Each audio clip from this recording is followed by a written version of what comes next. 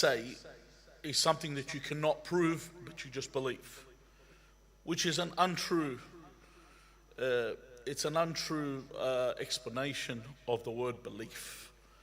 And if I was to look at the word belief and what it is, and to say that it's something that cannot be proven but people accept, then this is to actually say that the people that believe are people that are unintelligent or that follow things without proof. And if I come to that conclusion, then obviously, as you would find the sentiment with atheists, where they will tell you, are you still one of those people that actually still believes in God? And I would accept their sentiment based on this explanation, based on this definition. If the definition of belief is that, then yes, you would be petty to believe in God. And likewise, you will find this with the other sects and believers, other sects, of Ahlul Amma, when they confront the believers, where we used to visit the Messenger of God, they would say, why do you turn and face the grave? The Prophet is dead and he does not hear you. And in one case where one of them held out a subha and said, Ya Muhammad, if you're alive and you can hear me, take this subha. And he said, see, he didn't take it, so therefore he's not there. So one of the believers was standing there, and he had a pen, I think, or a maswak in his pocket. He lifted it up and he said, Ya Allah, if you're there, take this maswak or take this pen. And the pen was still there. So he said, then God's not there either. Based on your silly argument, this is the way that I can come to a conclusion. But when it comes to al-Iman, and specifically when Allah speaks in the Quran, And he speaks about ذَلِكَ الْكِتَابِ being ذَلِكَ الْكِتَابِ in some understandings or interpretations is the Quran. In others, in narrations, it is Amir al-Mu'mineen Ali ibn Abi Talib, as Rasulullah sallallahu alayhi wa alihi wa sallam called him, the animated book of God, meaning the Quran in action. So he says, ذَلِكَ الْكِتَابِ Amir al-Mu'mineen لَا رَيْبَ فِيهِ. There is no doubt that Amir al-Mu'mineen is a guide for those that guard against evil, al-Muttaqin. Who are they? The first thing that's mentioned before anything is الَّذِينَ يُؤْمِنُونَ بِالْغَيْبِ. What is this ghaib? Is the ghaib in the belief of God or belief in God? No, everyone believes in the Creator, whether they accept it or they don't. Many years ago, I'm talking over 20 years ago, when we used to, back in the days before any of the social media platforms existed, we used to go on religious forums and debate. And sometimes you debate on the forums that were placed by MSN, or you know what I mean, that was for Channel 9 and that. So you would sit there and debate with people.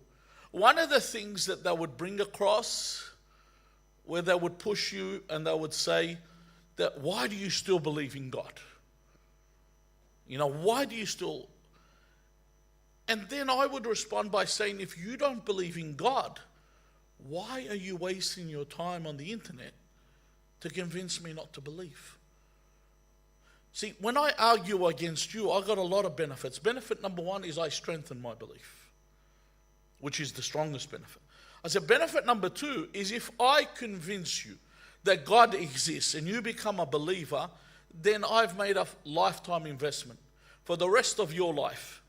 Every prayer you do, every fast you do, every good action you do, I have a share. Not only that, furthermore, everyone that you have an effect on, you have a share. I was once in Tempe with one of the members of our community.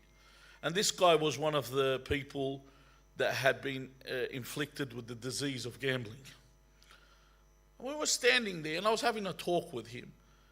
And he said, Allah yal'an fulan, from the community also. I said, why? He said, he was the first person that taught me how to slap. And I don't mean slapping like Ben Baba when he slapped his missus. I'm talking about slapping as in the poker machines. He said, he's the one that taught me. I said, Ya subhanallah. This person gets the sin every time you gamble. And every time you've taught someone buys a multi or someone does something like that, he incurs that sin. And the sin upon the sin upon the sin, the one that taught you, for the day of judgment, he'll be in his grave. At first he's copying a jab to the head, then he gets an uppercut, then he gets a baton over the head. Thing after thing, every time someone new joins the gambling because of his teaching. Likewise with prayers and religion, the person I have an effect upon, the person that I affect will become like this. So this is why I come here and I discuss with you. That's my benefit. I said, furthermore, you're doing it for no benefit. And he said, yes, I am benefiting. I said, what do you benefit? He said, the less religion they have, the further we will progress as a society. I said, even with that, you're wrong. On the $100 bill, the US $100 bill, is I think only two of the American currency don't have presidents on them. All the rest have presidents.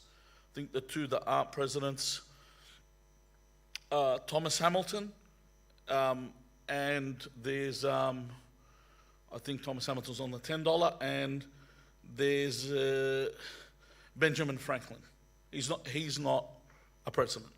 But Benjamin Franklin's on the 100. That's why they call hundreds Benjamins. Benjamin Franklin has a famous statement that he has made. He says, man is so evil with religion imagine without religion. Yani if you look religion, نوعا ما, it makes quyud for us. It makes us limit. Sometimes, you'll do a few things. People that do one or two haram or one or two bad things, but they all have a border. They say, lahonu bas. I won't go further than this. Why? Because religion, if you never notice, you'll see a Muslim, he'll do a lot of bad things, but he won't eat pork. He still has that limitation there. There's some limitation. But imagine if I have no limitations, I'll do everything. There's nothing where I'll stop myself. There's nothing where I will say no. And this is not only for Muslims, it's even for Christians or people that have some kind of a religion. They still have some kind of a boundary. So I said to him, your argument that religion doesn't allow for progression, on the contrary, even your members of society or your leaders, the people you look up to, state this statement. And then he said, but these people, the forefathers, the founding fathers of the United States, were Christians. That was his argument. And I said, that's good you've said that, because the founding fathers of science in the Western world were Christians. So why do you accept the science, but you don't accept the legislation that's been bound by these Christians? In fact, the law that we use today, even though they call Australia a secular government, Australian law is based on Judeo-Christian law. If you go to the Supreme Court of the United States of America, you will find 3 figures are engraved on the court. Look it up, you want to Google it, you'll see Jesus, Moses, and Muhammad sallallahu alayhi wa alihi wa sallam, because they say they are the ones that brought together the laws of the Supreme Court, or what we come together for. They're from them. They are the originators of this. So the laws that we follow, the laws that we are bound by in this country, are where they have been deduced, common laws been deduced from religious law originally. This is where, and they've added bits and dribs and drabs here and there, but that's where it comes from. Now I took him one step further, and what was that? I said, you too believe in God. He said, of course I don't. I said, yes you do. And I'll give him the argument. I've mentioned this argument before. I don't know if I said, do you hate the Easter Bunny? He said, no. Do you hate Santa Claus? Do you hate any villain? Do you hate Lex Luthor, Thanos? Do you hate these people? No. Why? Because they don't exist. They don't exist, so you don't hate them. But you hate God. If God was a figment of your imagination, if God was surreal, if God did not exist, you wouldn't hate him. You don't hate something that doesn't exist. So you, by constantly, if you see them, they reiterate that they hate God. This establishes their belief in the existence of a creator. But what is this iman bil ghaib if everyone does concede that there is a God? Al-imanu bil ghaib, al-iman bil imam al-hujjat ibn al-Hasan al-Mahdi. Sallu ala Muhammad wa alayhi. And it's a true belief. And this is the belief that they're talking about. يؤمنون بالغيب يؤمنون بالإمام الغائب. Because if you look, the horizon ahead, everything looks bleak. Look at the world. Look at the world 16 months ago, they made a statement that they were going to starve, that they said we would starve the people of Gaza if the world wouldn't go against us.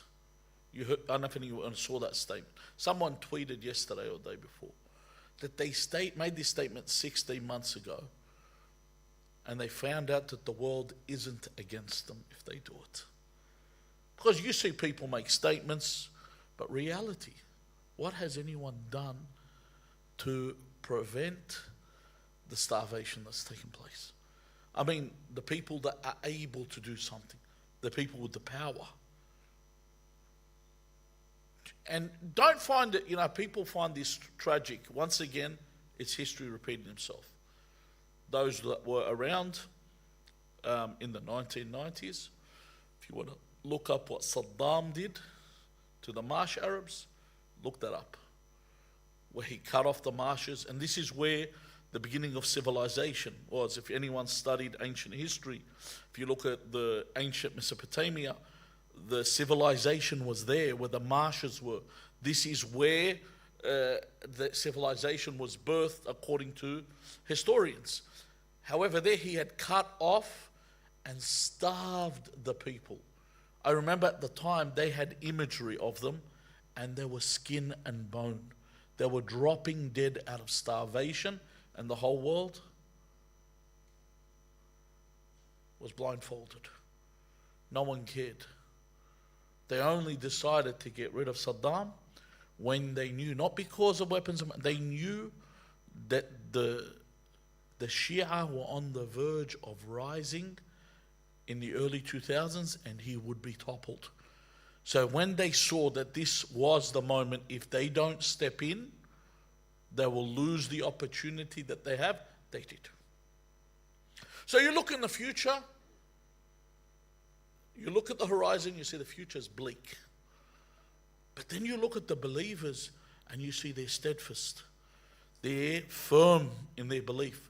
What is it that makes the believer so firm? What is it that makes the believer stand tall and remain in the position that they are, even up to now? Like you imagine the believers today, they've lost a lot of their, if not all of their commanders.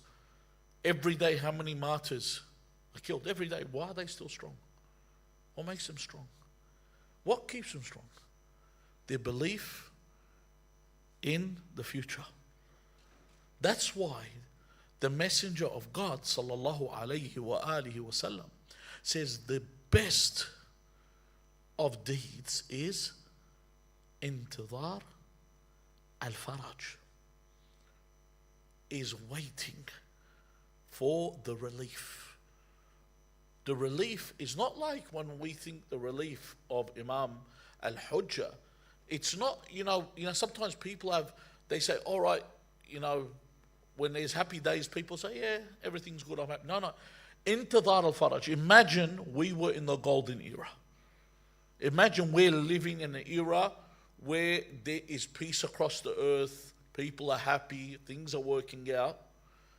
It still will not be even a thing worth comparing with how the world will be under the command of Al-Hujjah ibn al-Hasan.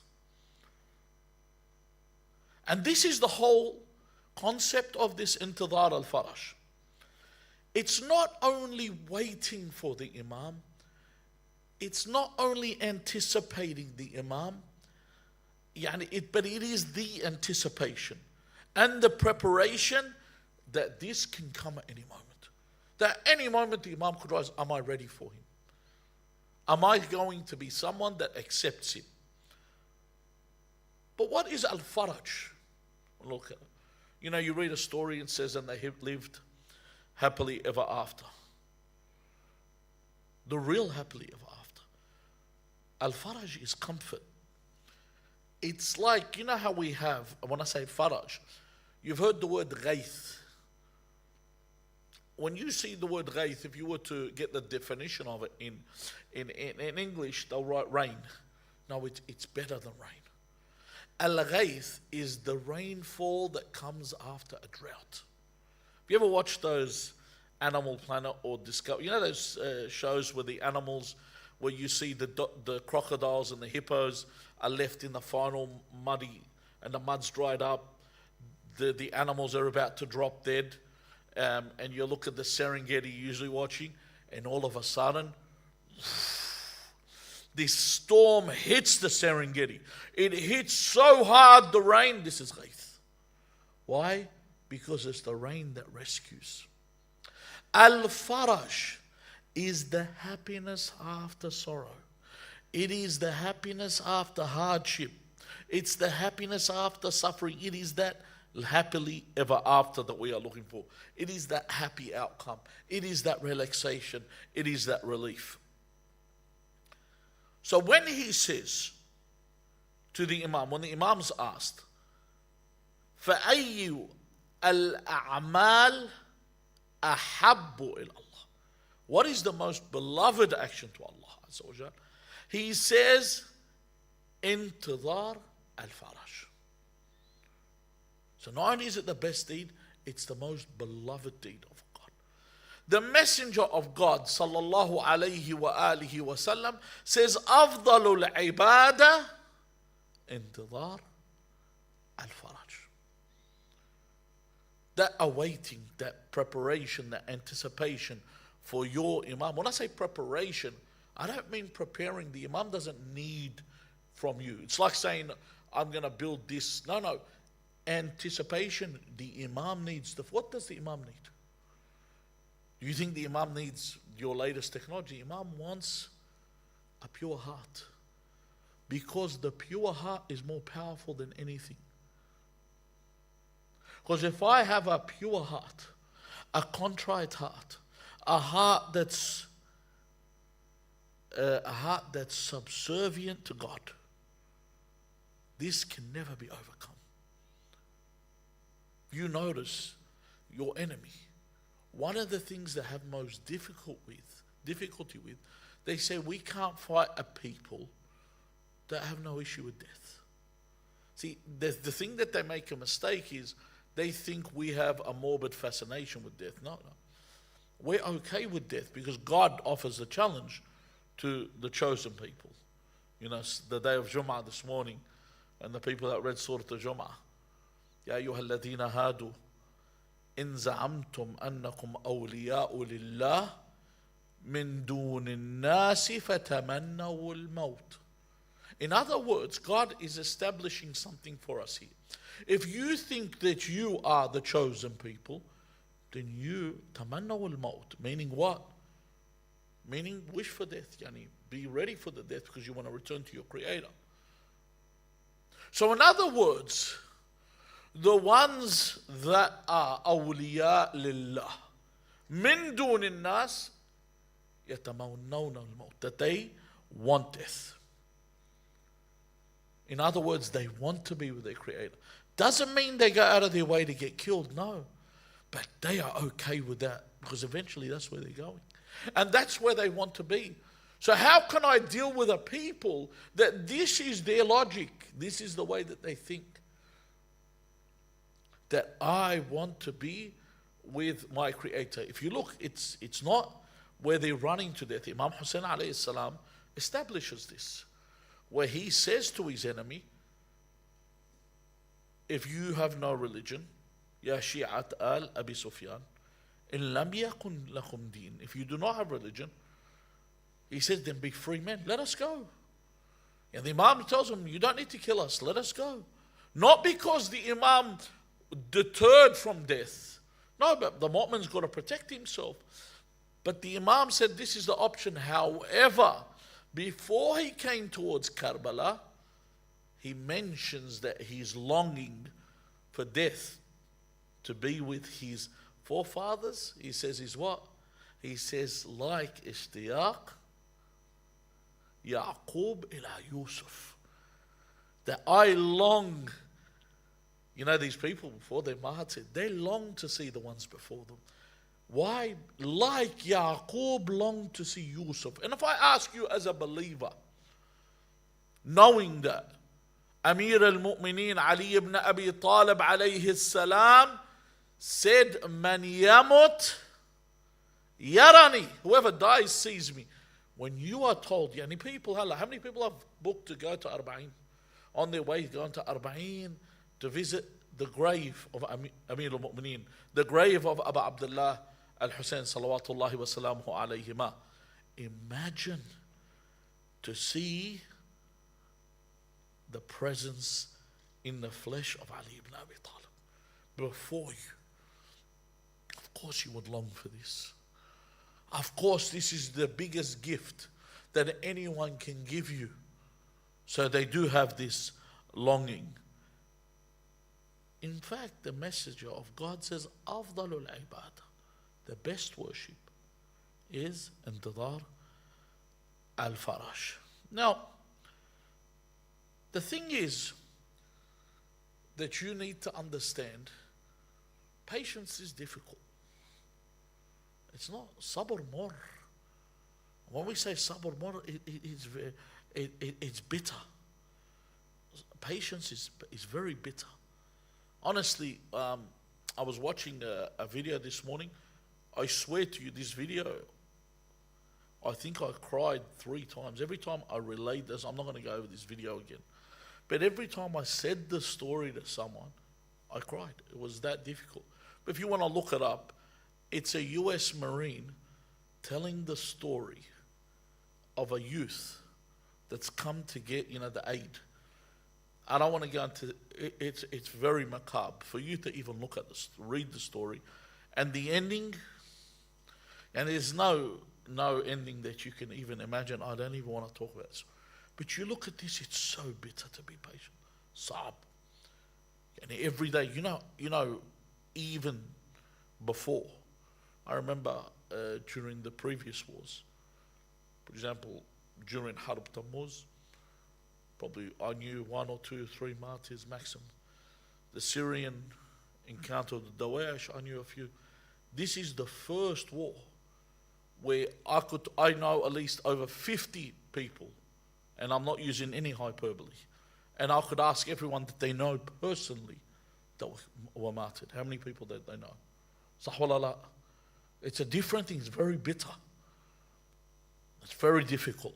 However, the Imam says something that allows you to understand this. This narration's on Imam al-Sadiq alayhi salam. He says, Inna subur. That we are subur, meaning that we are patient. We are the patient about the Imam. Inna subur. Then he says, wa shi'atuna asbaru minna. Allahu Akbar.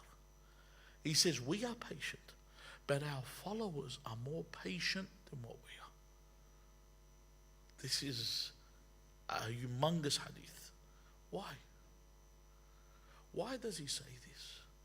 He says because we are patient about what we know. And now what do they know? Okay. What do they know? Amir al-Mu'mineen Ali ibn Abi Talib alayhi salam says, وَلَوْ كُشِفَ لِي الْغِطَاء.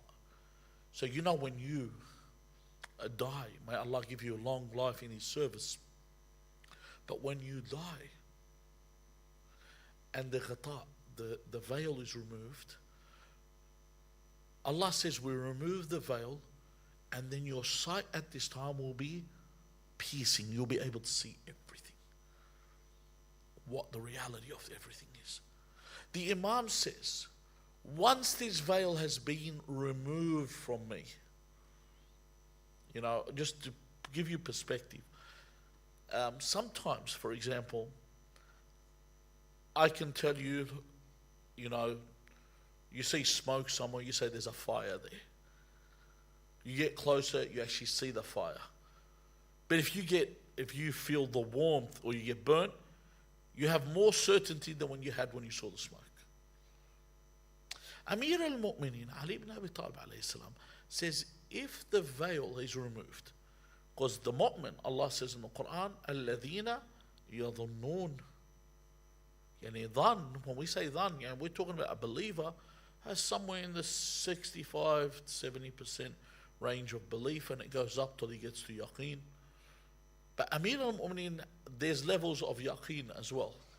Amir al-Mu'mineen says, if the veil was removed, I would not even increase in the slightest of yaqeen. I wouldn't even increase in yaqeen. I'm certain. This is why the Imam says, we are patient over what we know. They are patient over what they don't know. We have ilm of this. We have absolute knowledge. We have absolutely not even a sliver of a doubt. Nothing whatsoever. Even to the point The Messenger of God sallallahu alayhi wa alihi wa sallam, just to give you, this is understanding for who you are, the people that are present today. He says, Ya laytani, he's sitting with his companions, he says, Ya laytani, qad laqaytu ikhwani. He says, I wish I may, or I am, most certainly he's saying this, and he really wants this. He says, only if I could meet my brothers. So the companions say, Ya Rasulullah, are we not your brothers? We are not your brothers. And he says, they said, who are these brothers? We're not them. He says, they are alladhina yu'minuna bil-ghayb. This is a proof that that verse is speaking about Imam Sahib al-Amr. Because those around him, how many of them, they turned from the Imam that was present? Alladhina yu'minuna bil-ghayb. Alladhina yu'minuna bil-ghayb. He said it 3 times. That they are the ones that believe in the unseen. The believer in the unseen, which is Imam Sahib al-Amr, is the brother of Rasulullah sallallahu alayhi wa sallam. To that point. Because you, the people that are present, nor have you seen your Imam ever. And you love your Imam and believe in your Imam, you are people that are the brothers of the Messenger of God. Now, the Imam just, in one of the letters that he sends, he says that we have not neglected you. Now people might sit there and think, all right, what do you mean by the Imam hasn't neglected us? A lot of people say we're suffering. We're suffering. How is it that we haven't been neglected? Allah, from the beginning of time, the mu'min has suffered. At the beginning of time, the mu'mineen have been killed. The beginning of the time. But the thing is, it's like when the verse of the Quran says that Allah has not made a sabil, a way for the unbeliever over the believer. One person came up to Imam Ali ibn Musa Rida and said to him, how is it that Allah says in the Quran that the unbeliever has no way over the believer, and we always lose everything, at the time of Amir al-Mu'mineen? Do you know what they used to say to Amir al-Mu'mineen? They used to say as if the dunya was created for Banu Umayyah. Everything works for them. Everything works for Banu Umayyah. And you think time Amir al-Mu'mineen, all his leaders were killed. Malik al-Ashtar was poisoned. They couldn't beat him in the battle. Muhammad ibn Abi Bakr was cooked inside a donkey. They put him inside the belly, humiliating deaths. And they cooked him alive. One after the other. If you look at the companions of Imam Ali, that was slaughtered, and Amir al-Mu'mineen was killed in the masjid. So how is it that we have this? The Imam then explained what the verse means. He says, لَيْسَ لِلْكَافِرِ عَلَى الْمُؤْمِنِ حُجَّةٌ. That the unbeliever never has an argument or a proof against the believer. Your argument's always the strongest. No one will defeat your argument. Your proof is the strongest. So much so that your enemy's proof has no bearing, no weight. So we have no doubt. When we talk about our religion, we are so firm. You go up to one Catholic, he became a Muslim. This was at the time of, it's a book that I read this when I was younger. It was back in those days where they used to translate the Arabic to English, and if you got a book that was written in English, it was awesome, because it wasn't, I'm not smashing Ansariyan publications, but their translations are horrific. Like they butcher the English language.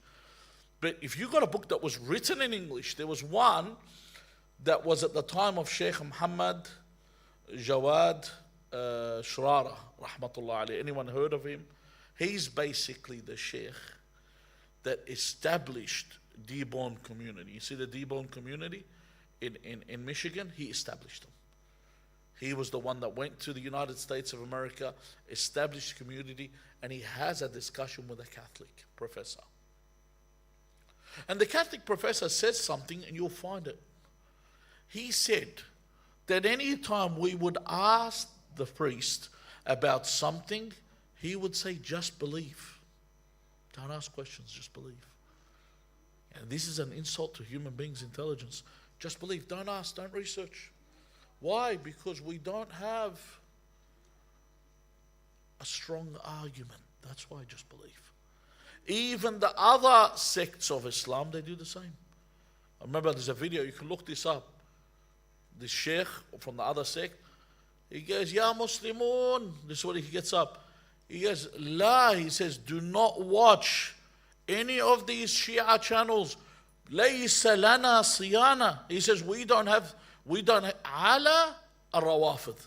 He says, we have no way in being able to argue or any way to facilitate ourselves or organize ourselves or debate against these Shia. We can't defeat them. In fact, in their books, they will tell you it's haram to study the history of the Sahaba. Have you heard this? If you mention, they go, oh, you can't talk about the history of the Sahaba. This person killed that person. This person defeated that person. This person did that. Let it go. Don't talk about the Sahaba. Nowhere in the world, except with the followers of Ahl al-Bayt, there's open discussions, open engagements. If you go to the Hawza al-Almiyyah, the Islamic seminaries, you will find the marja or the mujtahid that is teaching Bahad Kharij. You'll see the students, they're arguing the points with him. And they debate them. And if they debate them to the point, my father, Allah Yarhamah, once told me, we were sitting down in Bahath of Sayyid Abu Qasim al-Khu'i, and he said, and there was a young Sayyid with us. His name was Sayyid Yusuf Ibrahim, he was from Aineta. He said, Sayyid al-Khu'i said something, and he said to Sayyid al-Khu'i said something, and he corrected him. He said the next day Sayyid al-Khu'i came, and he said, what? He says, where is Hada Sayyid al-Lubnani? Where is this Lubnani Sayyid? Where is he? Because he wasn't there at the next lesson. He said he was right with this point. Where do you get this in any other sect? A'udhu billah. A'udhu billah, because his head is going to hit through the ceiling. Our ulama, they're known for what? Because they want to be. Tijani in his book Thumma Ihtadayt, he says when he sat with Sayyid Abu Qasim al-Khu'i rahmatullah alayh, he said that Sayyid Abu Qasim was sitting on the floor with the students, and he said to him, my father is the imam of our village. He sits high up and he looks down upon everyone. He says, you are supposed to be Za'im al-Ta'ifi. Like he was the creme de la creme. He was the number one marja at the time. He said, look where you're sitting. He said, Hakada. He said, this is the way our imams used to sit. You go look the narrations. They used to say when Rasulullah sallallahu alayhi wa alihi wa sallam entered the masjid, you could not tell him apart from the other people. Did you know that? He'd sit with them, normal. He wasn't, walks in, he didn't walk in with an entourage. An entourage, someone walks in. You ever seen, no offense to anyone that's in any medical professional, but you ever seen those consultant surgeons when they walk in and they've got all their young doctors with them, they're all like clinging on to them as they walk in. This is our consultant pediatrician, and he'll walk in and he'll just say something, and there's all these people clinging onto him. They come in with this entourage. I don't mean it sometimes that's the way they learn, I'm not saying, but to come in with a boom, to come in, let everyone, as the Lebanese say, Shufini ya Munira. I come out and I got to pose and let the whole world see what I'm doing. To come in like that, no. The marja was like this, and this is what brought people to this point. So, the Imam said, had we neglected you? He says, وَلَوْلَا ذَلِكَ, if we are protecting you, لَنَزَلَ بِكُمُ أوا واصطلمكم الأعداء. He says لنزل بكم اللأواء. And لأواء meaning hardships. واصطلمكم الأعداء. Stalamakum means you would have been eradicated, completely destroyed. But if you take a look, and I really wanted to leave this point. It's very important to emphasize this. A lot of you are younger than me. Just to give you an idea, when I was around during the times where, because most people here are Lebanese, the time when we were occupied, the whole of Lebanon had been occupied the whole of where we live, until all the Diya and the Junub were occupied. If anyone came up to any of us and told us that Israel was going to leave, no one would believe. Why? Because Israel had shown they don't budge. In fact, they take more land. They never leave. Okay? I was in Lebanon in 2000, and I think I left 2 weeks before Israel retreated. Now, people were saying they might retreat because they had killed Al Hashim at the time, that they might retreat, but no one believed they would, because it is Israel. They never do. And when they did, the people were that overcome with joy. They were celebrating in the streets. Why? Because they never believed this would happen. Forward 6 years. Harab Tammuz. First 2 weeks, the people that remember, and I want to see the people that are living in a delusional world. They say, oh, we were always on top. No. First 2 weeks, everyone thought we were finished. Go ask the people that have good memories. First 2 weeks, everyone thought we're destroyed. We have been annihilated.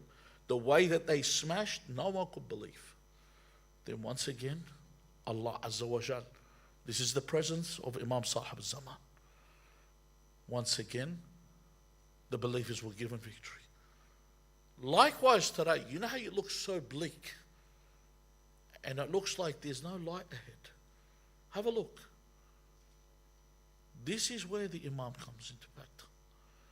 He says, had we neglected you, you would be eradicated. As much as you see it looks bleak, this is where the Imam, and when you reach that point where you think it's all over, there's nothing left, you will see the light. This is, imagine when it comes as a whole for the hereafter, for the dhuhr. If these are just glimpses of what the dhuhr is like this. Now, but what makes us so resilient? Look at history. Historically, no race has been brought to the brink of annihilation more than us. And if you look now, you think the whole world is, we're talking about everybody.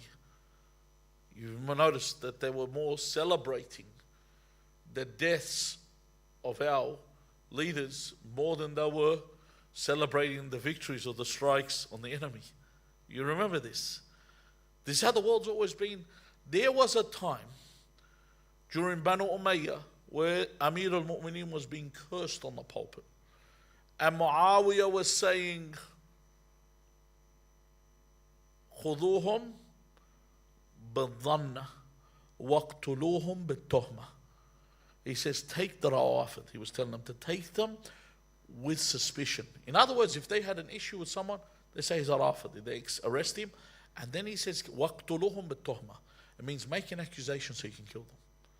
Make a way for you to kill them.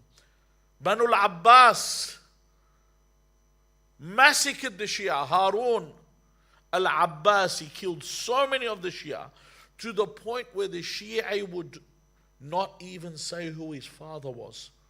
So they wouldn't know he's Shia. He says, Ani majhul, I don't know who my father is. Just to escape the massacre. Yet you look throughout history, we are the most sought after, the most killed of people, yet we remain. This is the protection of the Imam Sahib al-Amr.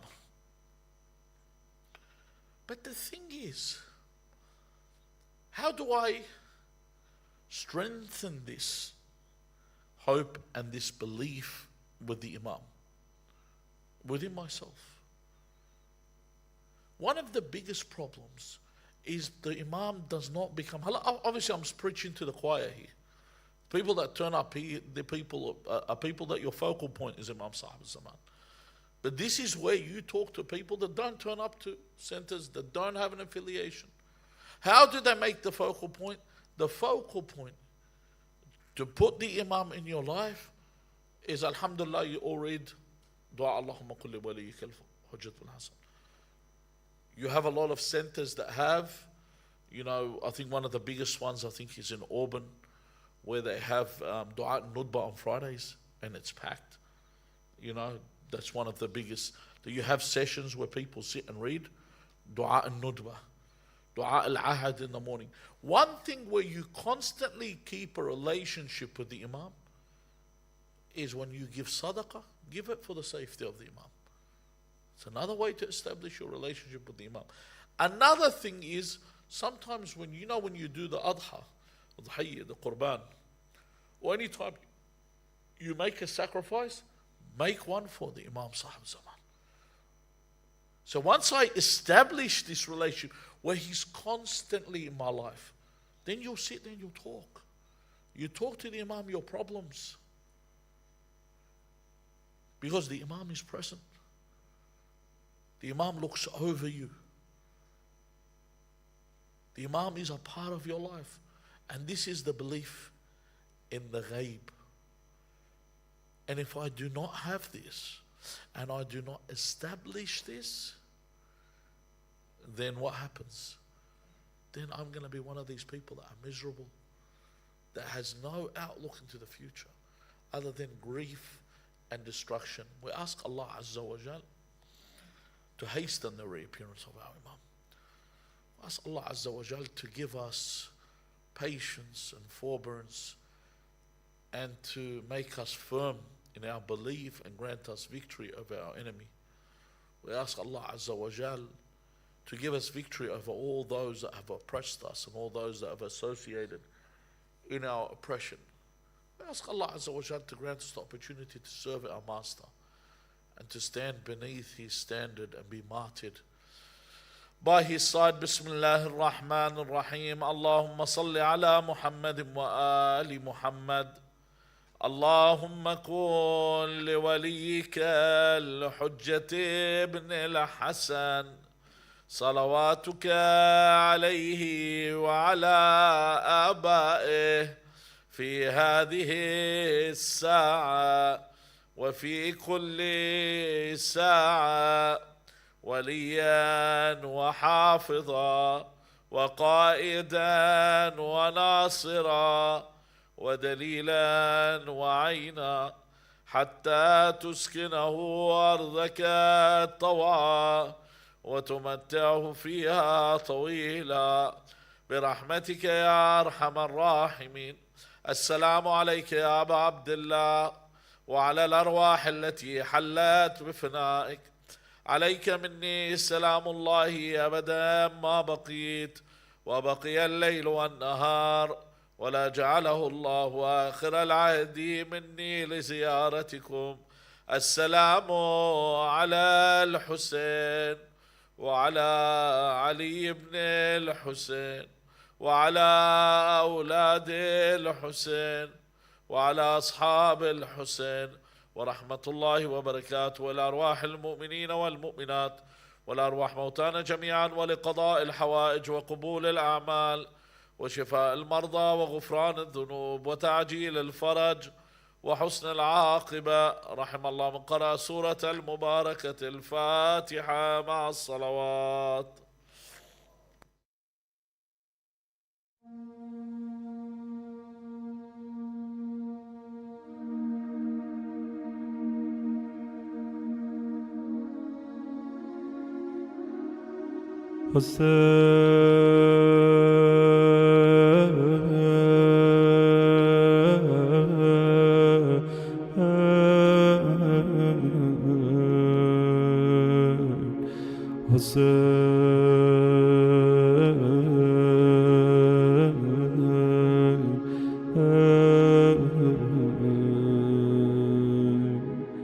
Hussein